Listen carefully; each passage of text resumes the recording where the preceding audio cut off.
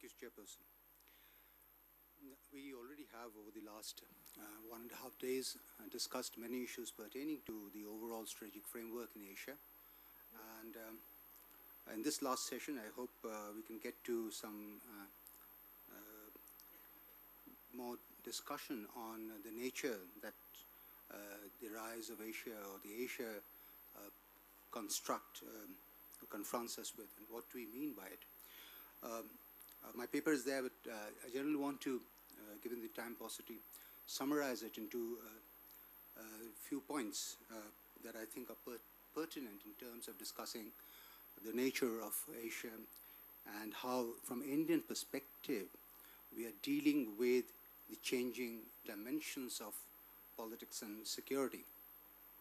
Now, over the past few years, as China has risen, and thereafter India has risen as economic growth, essentially rapid economic growth characterizing the so-called rise.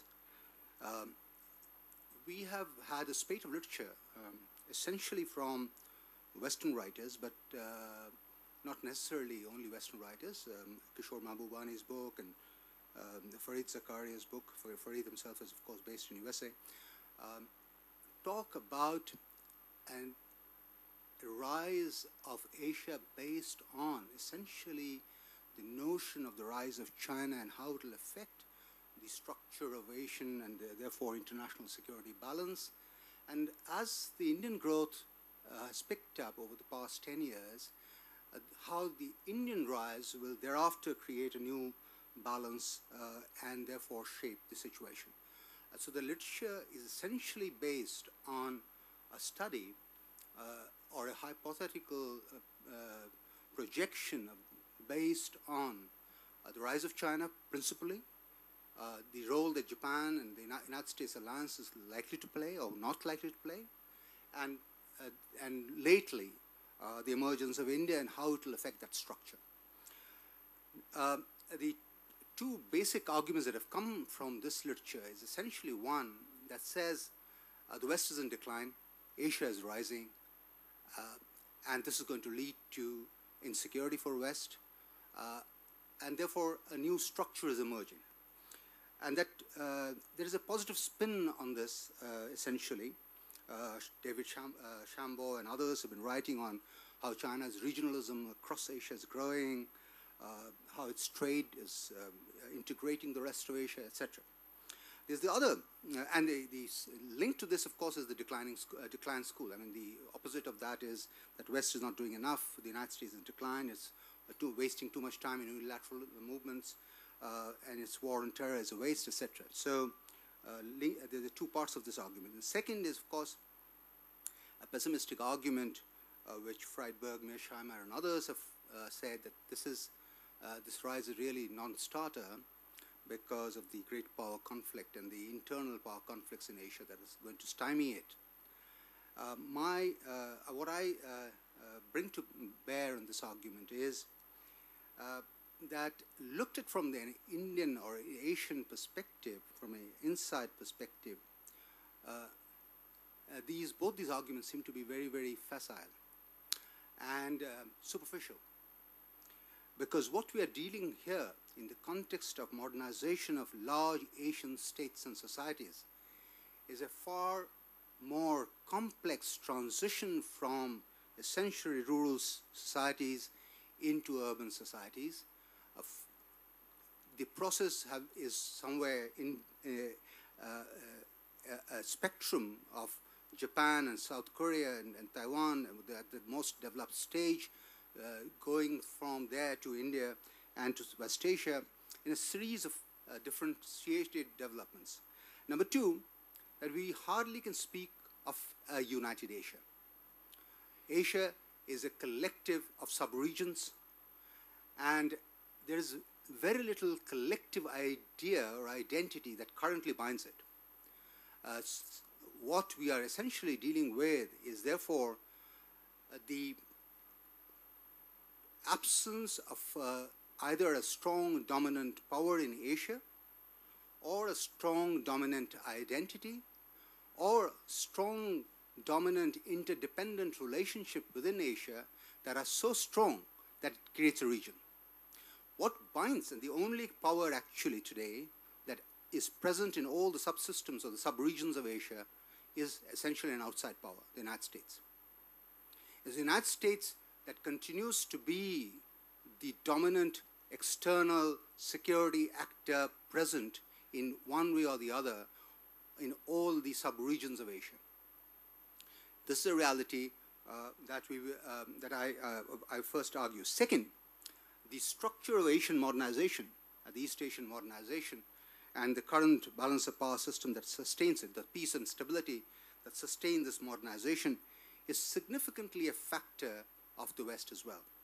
I mean, these reforms in China or the modernizations that Japan and Korea and others went through, and the current modernization processes in India, etc., are very much part and parcel of a liberalized economic model in which the West is a significant player, both as in terms of ideas, in terms of global structures, in terms of capital flows, in terms of technology flows, in terms of markets, and in terms of stability creation, and that sustains this. So the interplay between the United States and Asia is not only sub-regional, but it is the only dominant player in Asia to structure the security system, as well as the politico-economic dynamics that drives current modernization theory and ideology, and is deeply shaped by current financial flows and neoliberal ideology.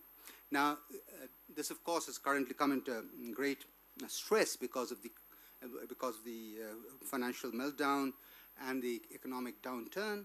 Nonetheless, this reality remains very much in shape. And so, from an Indian perspective, when we talk about Asia, we have to deal with what is our role in the various sub-regions of Asia, and what are the forces that are shaping structural linkages between these sub-regions. Now, as I said, currently the United States alone is knitting this sub-region. The other major powers of Asia, which are essentially regional powers, China, Russia, Japan to an extent, and India, do not have dominant or predominant influence in any of these sub-regions. If you take India, for example, it's still not yet in a position to shape the structure of peace and economic growth in South Asia. It's a minimalist player, a small player in Southeast Asia, where our regional interactions are just about to grow, are growing. We have great presence in terms of demographic and technical manpower presence in West Asia. We have great interest there, but even our ability to shape the Gulf region is limited. The only other power at this point of time that is growing rapidly in several sub-regions is China. Because of the rapid growth of trade, both exports and imports, as well as this engagement across Asia, China's role in Central Asia, Southeast Asia, and South Asia started to grow. And yet, if you look at China's overall presence in these regions, you cannot say that China alone is in a position to shape Central Asia. It must deal with Russia. China alone cannot shape South Asia. It must deal with India and the United States. China alone is not in a position to shape Southeast Asia. It must deal with the United States and to an extent Japan. So you could say that we still do not have, although China comes nearest to be the other actor in terms of shaping regional and sub-regional dynamics, it's still not in a position to become the predominant player shaping and therefore unifying the sub-regions or shaping regional security architecture. And therefore the rise of China is still an issue that has to reach some stage before it can do so. And the United States still remains the dominant actor. Now, what follows from this, of course, is that much of the rise of Asia will therefore depend on what happens in the coming years to the ability of China and India to, number one, sustain rapid economic growth, and number two, become active enough and large enough in economic and political and military term to decide the course of other subsystems and the sub-regions. That means, would India's integration into rapid integration and growth of trade and investment ties with East Asia and its entry into East Asia Summit be able to generate enough influence in terms of economics, politics and security to play an important role in shaping the dynamics there? Would China be able to shape regional dynamics significantly on its own? And number two, whether India would be adequately placed in order to shape the structure most fundamentally in South Asia and the other region where it's got important stakes, which is the Gulf. So we are seeing a course which is still very much in evolution and evolving as far as Asia is concerned, whereby the three principal players, the two principal players besides that can in a way start shaping the contours of a more interlinked Asia, which moves away from merely the sub-regions to a more interlinked, intertwined, are in addition to the United States, which alone currently can do anything about it, but is certainly not in its interest to craft a different kind of Asia. It is quite happy to do the Central Command and the Eastern Command, Pacific Command. It's quite happy to have an East Asia-driven policy, Southeast Asia-driven policy, South Asia or policy. So the American interests are quite different as an external player.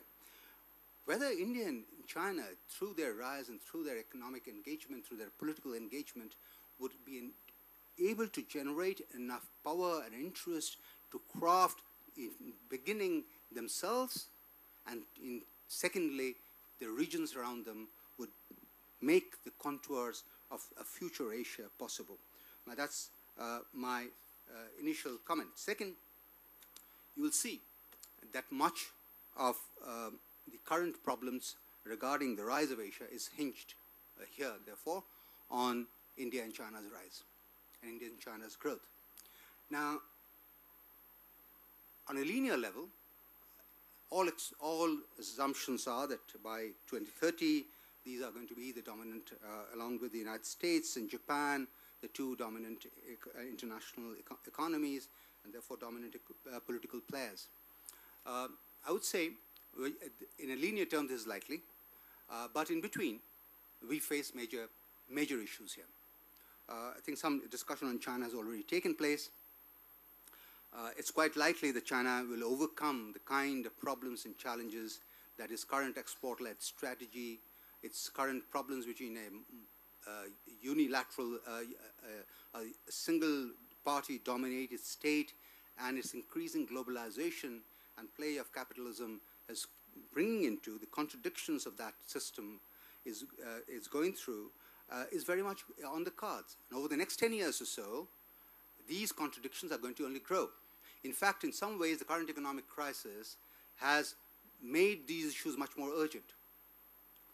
Therefore, the question of land and land property rights and land for the peasants, the working class as it loses jobs in millions, and their working class rights, these are no more questions of democracy and party elections, but these are questions of day-to-day living and livelihood of the Chinese people. And therefore, what we are seeing in the context of environmental lobbies growing in China, the issues regarding to the working classes and their jobs, security, the questions relating to regions and therefore center-state relations, the questions relating to the peasantry and the land question, therefore the right to property and rule of law, are very much part and parcel of the structure of transition and the interplay between state socialism and its increasing movement towards capitalism that China is undergoing. And this is not an easy transition in any manner. And much of the rise of Asia hinges on, therefore, the ability of China to overcome these problems and sustain growth not only for itself, but also for the international economy, and particularly countries around it that are heavily dependent now on trade with China. Same, in some ways, a problem faces India. While India is better placed than China in terms of the institutional structures of a democracy, rule of law, market mechanisms in play, entrepreneurship, and those things that are required, India has a huge economic lag, and many of its institutions don't function well. So what we are looking forward is sustained ability by the Indian elites to restructure and recraft their institutions in modern lines.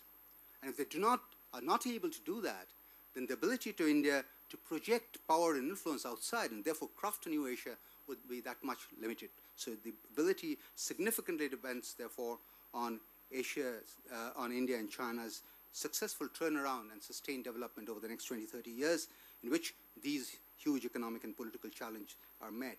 I'm not saying that they cannot be met, but these challenges are very much there, and therefore the future is only at this point of time a little bit uncertain. Finally, two other questions. One is the question regarding regional structures and regional security architectures.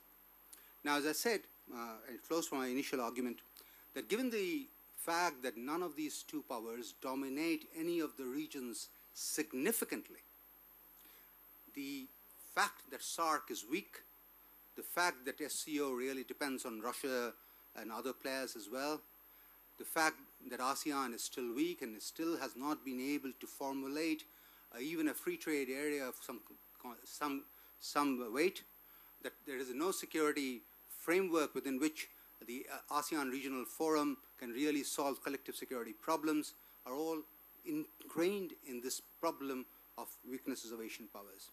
And their inability at this point of time to create the structures of politics and security that sustains increasingly interdependent Asia as trade, and this interdependence also in some ways is crafted by the global chains of trade and investments.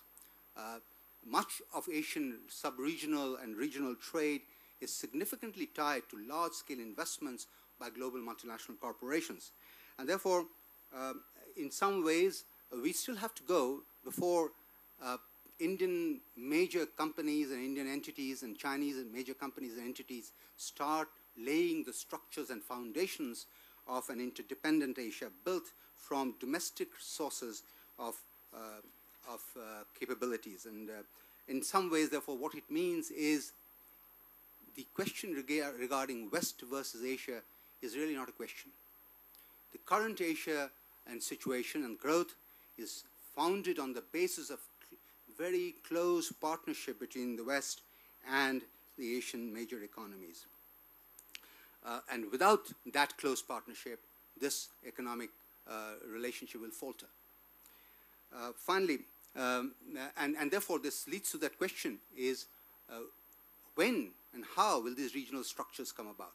The regional structures will come about only when these countries start shaping and have great interest and can influence actual structures and politics of these regions, which at this point of time remains weak, as I gave the examples in terms of regional security structures. Finally, if Asia is to continue to grow in the context of the current situation, and the uncertainty remains to some extent because of the American crisis as to how far America will be focused on engaging the Asian powers in terms of structuring and sustaining the current growth rates, both for itself and enabling the markets to remain open so that Asian countries can grow them and find the capital investment necessary for the growth. We still have the situation where the Asian countries, whether they like it or not, have to deal with the United States. China will have to deal with the United States and maintain close partnership. India will have to deal with the United States and maintain partnership. And secondly, as India and China grow, they'll have to deal with each other and maintain some partnership. They'll have to find a way to deal with each other, because the only other two countries in Asia that are in a position to play multiple regional roles are India and China, hypothetically or in terms of projections. And therefore, relationship between India and China and how to craft it in terms of stability and understanding between the security systems of the two, the goals of the two, the economic strategies and trade strategies of the two are going to be crucially important. And in fact, in terms of great power relations that are fundamental to sustain peace in Asia, that will make Asian growth sustained in coming years and overcome the huge political and economic problems that still afflict it are not going to be possible unless US, India, and China continue to have stronger multilateral and bilateral relationships. And this alone will sustain the growth and make a kind of Asian regional architecture possible. We are still far from it, and we have to work on it. And the agenda for now, as far as India is concerned, is to not only find ways to sustain growth and therefore power and influence both within and outside, but also to craft its US and China policies in a manner that can shape the contours of a peaceful Asia, a progressive Asia, a modernizing Asia that can deal with the challenges that it faces. Asia is deeply divided between two major areas. One, modernizing with its problems, and the other, ridden with crisis, with fundamentalists and other forces and weak states that have not even come to the doors of modernization. There are huge challenges out here. And the coming years, the agenda is to facilitate, I think, a greater discussion and commonality of understanding between India, United States, and China in order to bring that about. Thank you.